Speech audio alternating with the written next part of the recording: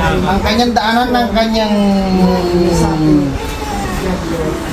oxygen, hangin, na nagkakaroon ng flame. Makita ko sa kulot sa pulso.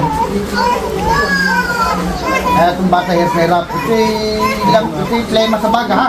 Ngayon, yan na yung parang damig sa pulmon. Hindi, basta palos yan, ha? Ito yung pulsa, laki ulo. Ito ang tama niya, itong baga.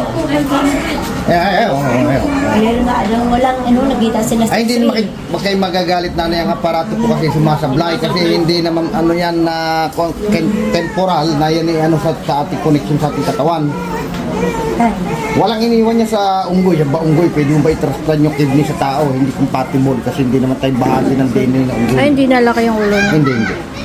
Yan yan, pauwi sa asma. Ha? Yun ang sinasabi. Hindi ako sasablay sa Kasi yung pulso. papa nila ang kaliwat nila asmahin. Oo, kasi may lahi yan sa asma. Yan problema na hindi nakalalabas. Ngayon, yung problema mo ng healing oil para mahaplusan sa likod. Upload ko na lang mag-upload para daw sa Kanat dito sa latin yung parang bagay yung manaliwa. para gumaling si baby. Palagi sa niligan. Para pag Ako yung gumaling. anak ko yung nagkaganyan ng matindi, hindi makahingay.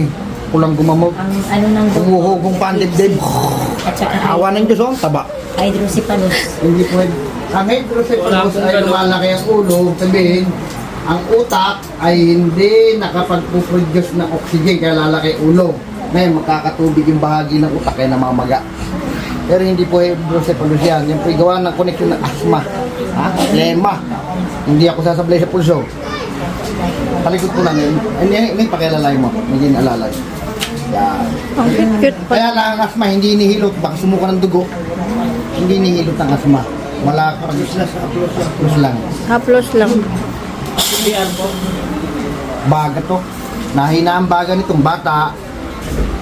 Alak, okay, gagaling niya. Yung unang sikat ng araw, painitan nyo ha. At yung, huwag nyo pong kalilimutan, lagyan ng langis lagi sa likod. Para yung plema ay umangat ha. Ang papalo nyo ng mahinang palo lang, ganito lang ha. Yan, para yung plema umangat. Ano? Dampi Kasi lang. nagbabara yung daanan ng oxygen niya ng hangin. Gawa ng plema, malapot. Hindi nakalalabas.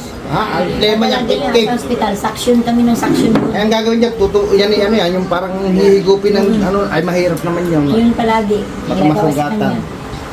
Yung dibdib niya okay naman. Kawawa naman. Pero pauwi na namin. Oo, sige.